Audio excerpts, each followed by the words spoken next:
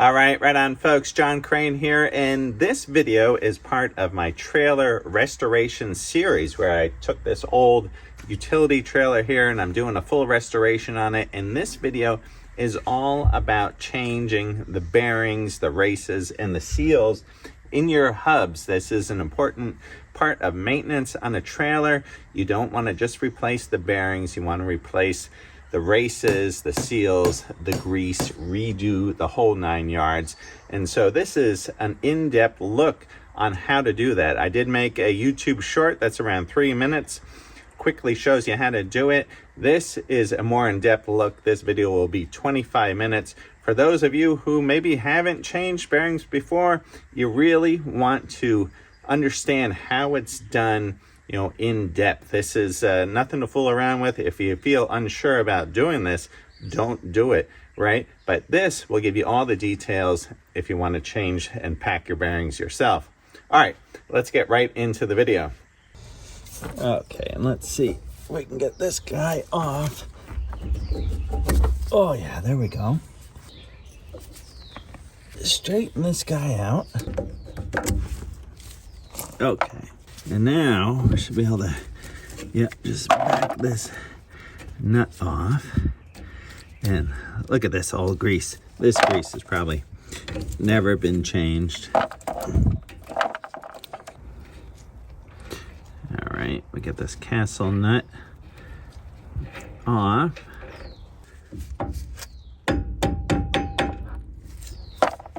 Okay, and then right here, washer, should be a washer here, right? We got our washer and our bearing. Look at that old grease in there. And then we pop this off, right? Look at that old crusty seal on the back, all this junk on here. Okay, there we go. There is our seal.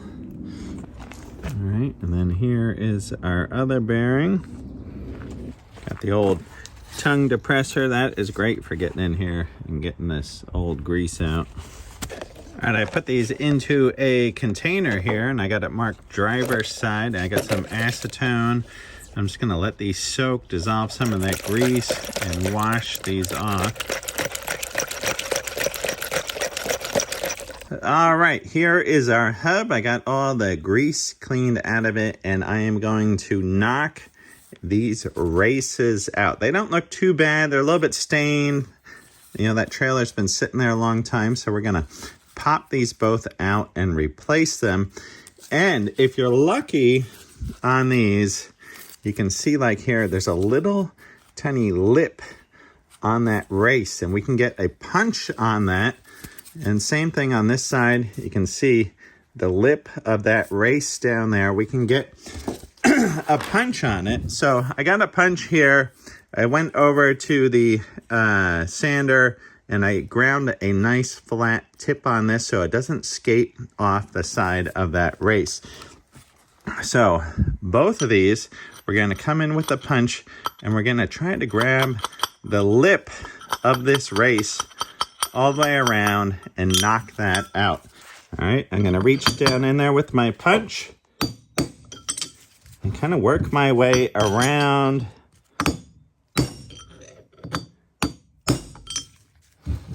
the edge.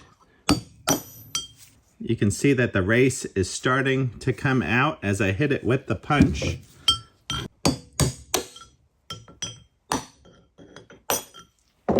And there we go. We've knocked the race right out. And now we will flip this over just like this, and we will get onto this race here and knock this one out the same.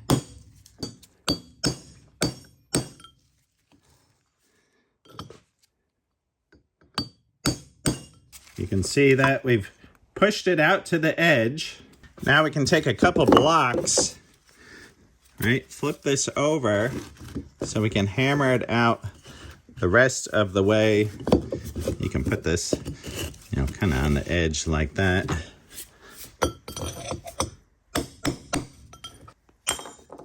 There we go.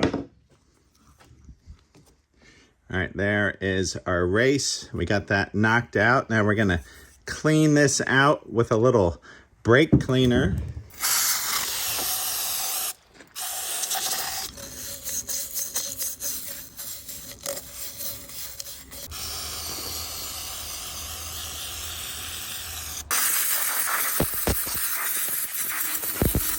Okay, just a quick word about finding replacement bearings, races, and seals.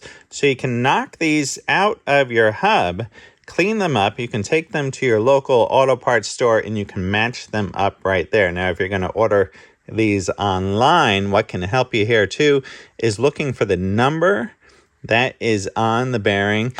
Also, sometimes there is a number on the race. And then also, right, you can take some calipers and you can measure and match them up that way. A lot of times, like even on Amazon, there's some drawings that will show you the dimensions.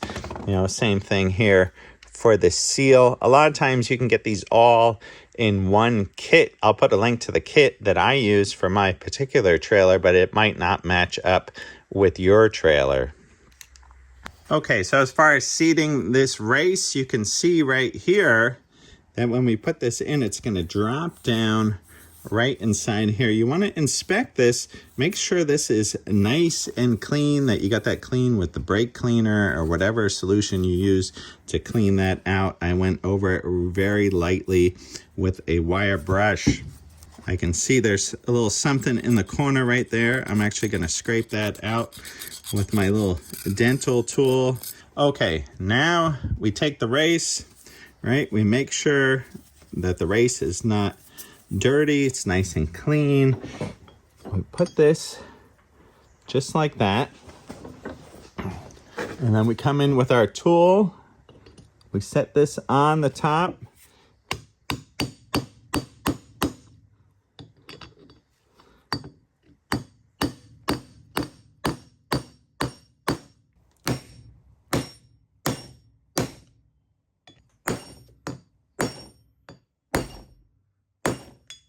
All right, that is seated in there very nicely. I can see there's no gap down there. You want to do this on a solid surface and you want to drive that home, and then when it gets to the bottom, you're going to feel that when it bottoms out in there. Here's just a closer look at this race and seal setting kit. You can see it comes with all these different sizes that you then attach to the handle. So you just pull out the one that fits the race that you want to hammer in, and then you screw your handle to that, and then you can hammer that in. I'll put a link in the description to this kit. There's many kits on Amazon that you can buy, or go to your auto parts store and buy a kit. These are really good and are going to help you from not chipping off the edges of the races while you're hammering them in. These are aluminum, so these will take the damage instead of the race. Okay, just a word on this seating tool. You can see here that this has a taper, but for this particular race, that taper does not fit in. It doesn't bottom out. You know, it's the wrong angle here. So this one I had to flip upside down and hammer it in with this upside down. That's usually the side that you use to put the seal in. But for this smaller race, for the other side, you can see here that that fits in nicely, and that's gonna, you know, be able to tap that in from the right side. So we will, you know, screw our little deal on here. All right, we'll flip this over and then, right, inspect this, make sure this is nice and clean. You don't want any oil or grease or anything in there. Okay, now we're gonna put this right down on here, and we'll start to drive this home.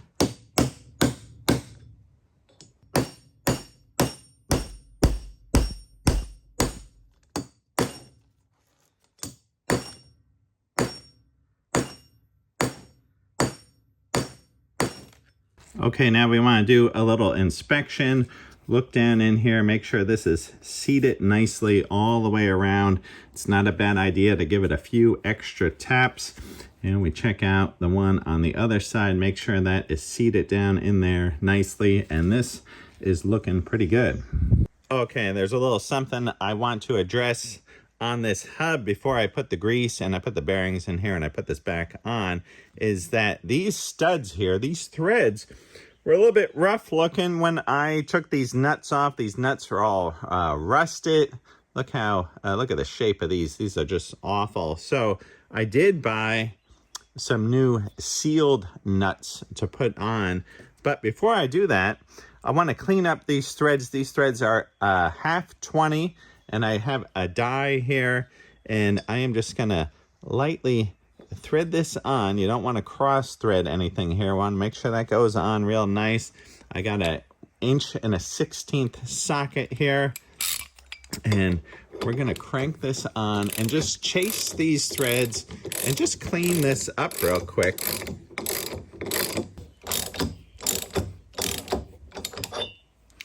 Right, you can put just a little tap here of some oil, a little bit of rapid tap just to help things along. It's not cutting much, but it's cutting a little bit, just cleaning the threads up.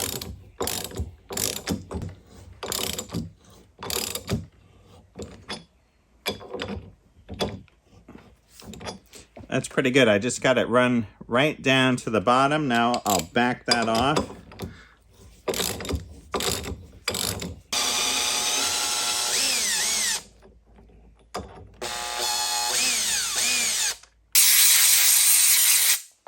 All right, now our threads are nicely cleaned up, and we can try our nut.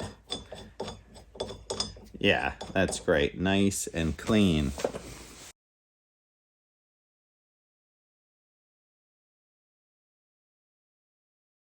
All right, all our threads are looking nice, and the reason I wanted to do that first was any little chips or rust or metal that came off, I did not want them going down into here. Anything, little chips that fall in here can potentially get into the bearings and ruin the bearings. All right, now that we got that nice and cleaned out, we got some high temp grease here. You can use any kind of high temp grease. I really do like Timken. I don't have any of that on hand, but you want to look for high temp grease. I like using this. It's like, old Doc Baker here with the tongue depressor. But we scoop out a little of this grease and then want to go inside the bearing here and coat the inside. We don't want to pack this full, but we want to make sure everything is coated with some grease. We're also going to put some grease on the spindle before we put this on. I'm going to put a little bit more in here, dig some out with Doc Baker's tongue depressor. All right, so I got some grease down in there. You don't want to put too much because it's just going to push out, and you need a little space in there for air. Okay, now as far as packing the bearings, we grab a little bit of this, and we're going to put this right here in the palm of the hand. And then we take our bearing, and you see here we got the larger side. This has a bigger opening on it. This is real easy to do. All you do is start forcing the grease in, right, until it comes out the top. Working your way around, and you'll start to see this squeeze out the top of the bearing. See that? How it's coming out just like that? That is great. All right, poke some of this down into my palm again.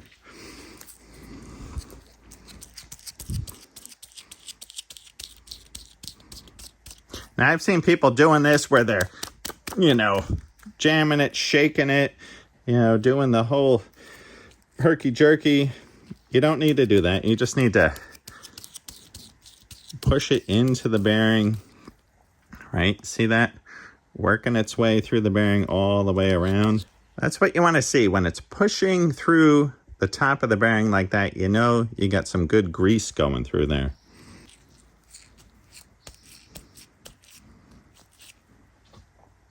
All All right, with that bearing nice and packed, now we're just gonna drop that into our race. All right, now we're gonna do our smaller bearing, same thing.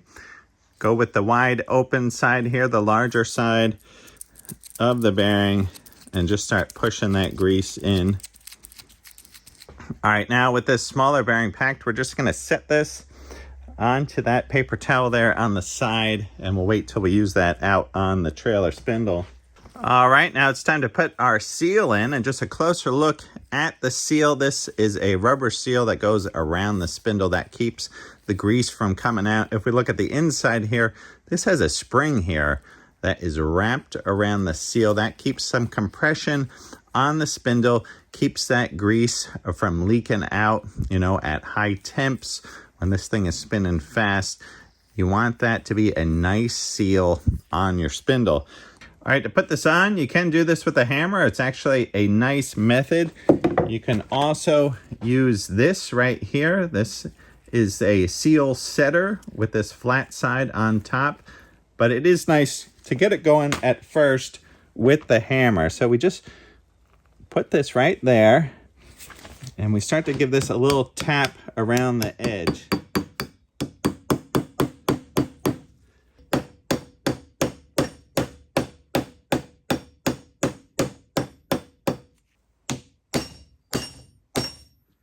But you want the edge of this seal flush with the edge of the hub. So it's nice to use the hammer, hit the hammer on both the edge and the seal at the same time. That way it doesn't go deeper than it needs to be. All right, so there is that seal set in there. You see that is flush with the edge of the hub. And now this is ready to go on the spindle. All right, now we're gonna take a look here at the spindle. Give it a quick clean here. Get anything out of these threads here, any kind of dirt.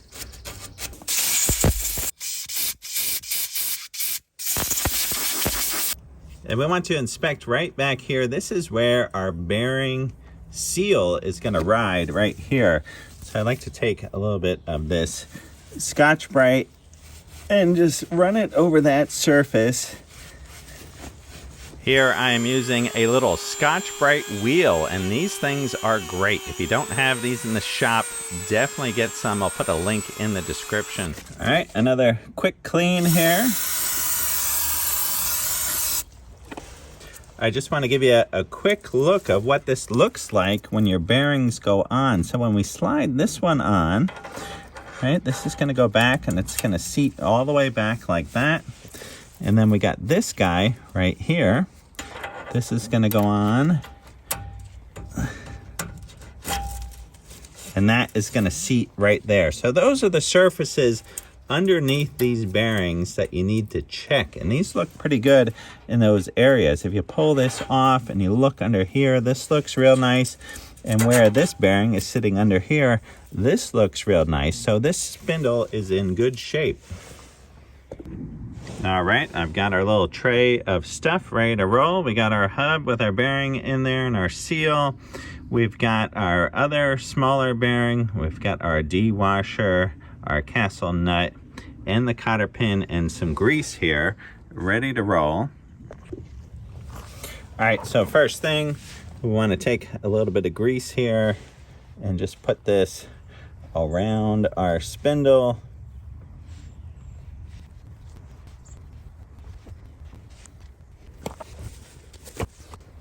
Let's see, we don't want this to be too big of a blob here. We want to pass our spindle on without pushing all our grease out the back. All right, so now we're going to slide our spindle on.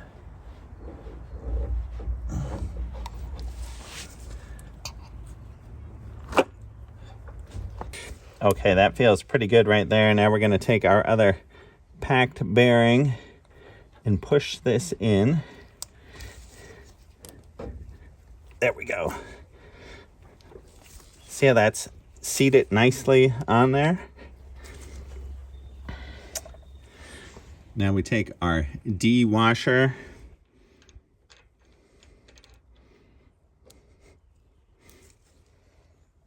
and then our castle nut.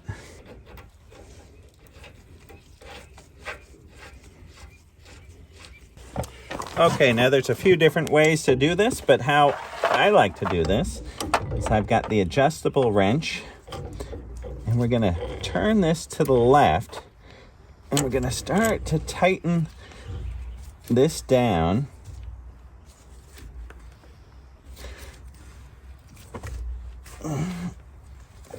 Can I tell it doesn't want to go anymore?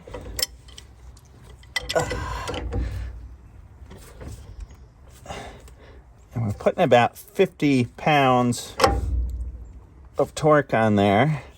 Okay, now with this stationary, we just want to back this off, not turning the hub, just leaving it where it is. Back this off until that's loose. And then we want to tighten it up again.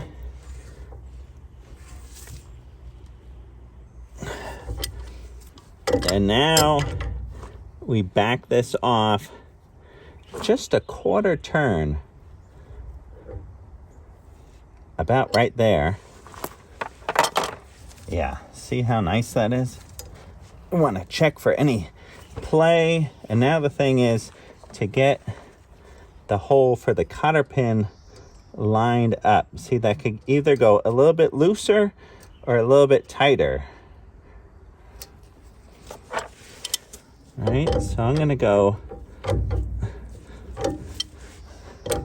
let's see if we go just a little bit tighter.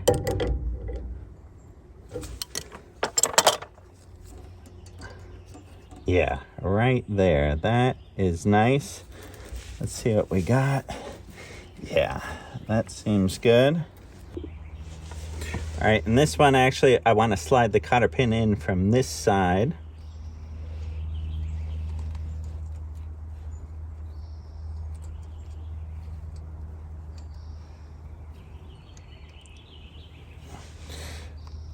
Right, and look at this, I can bend this over with my hand. Okay, just looking at this, you may not have a castle nut on yours. You might just have a regular nut that screws on there, and then you have a little retainer that snaps over the top. Those are great too. Those are on newer spindles and axles. This one here, right, old school with the castle nut, I do like this. Very nice positive thing with the cotter pin. Okay, now we want to clean the surface here of our hub. Gonna get off any kind of grease. Okay, and now it's time to put our dust cap on. I happen to order these in. They have a little rubber seal on the end. You can pop this off. You can check and see what's going on inside there without taking the whole thing off. This does have this little cap here, and this helps you to hammer this on in a nice even way. You can tap on the end of this. So what we want to do here, all right, so we're going to take our dust cap, put this just like that, and then we're going to give this a tap here right on the outside, and hopefully it seats.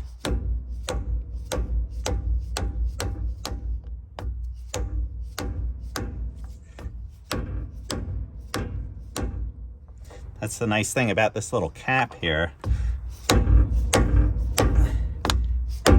is that helps it drive on there really nice. That's a nice tight fit.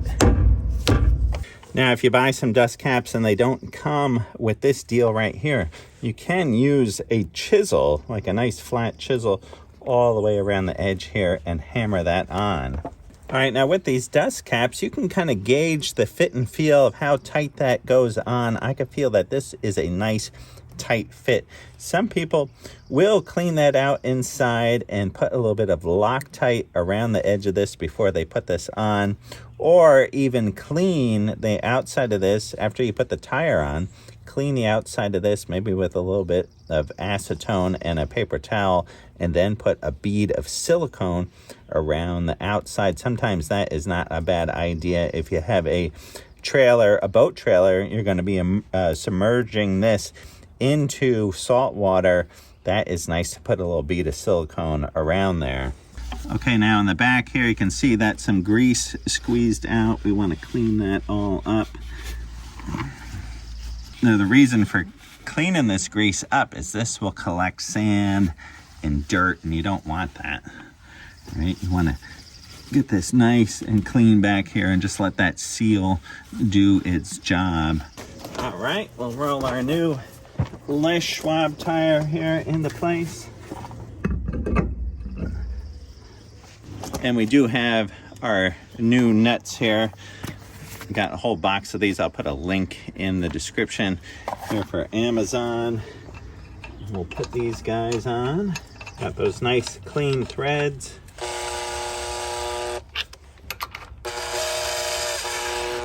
Okay, and then when we set this trailer back down on the ground, we will torque these to the right specs. Okay, a nice little safety check here though, while we got the tire on and it's up in the air, and we want to check if our bearings feel like they're seated nice. You take this and rock this back and forth and see if you can feel any kind of play in those bearings. This thing is rock solid and tight. That feels really nice. You know, check it, give it a little spin here, take a listen. You know, it feels great, really nice. And with a torque wrench set to 100 foot-pounds, I'm going to tighten down these nuts now. A heavier duty trailer might require more torque pounds. Check out the specs for your particular hubs and rims, but 100 pounds is good for this small utility trailer. All right, right on, folks. There you go. I hope you like this video. I hope this helps you along your path there to get your hubs running nice and smooth. And please like, subscribe, leave a comment. You know, leaving a comment goes a long ways as far as the algorithm pumps this video up, gets it out to more people. I know a lot of you guys don't leave any comments and watch, but please leave a comment, like, subscribe, you know, do all that stuff. All right, hope you guys are all doing great, and I will see you soon. Right on. Oh, and be sure to check out this whole series that I'm doing on this trailer, from start to finish, from old rotten boards on this trailer to nice and clean running on the road. All right, see you guys soon. Right on.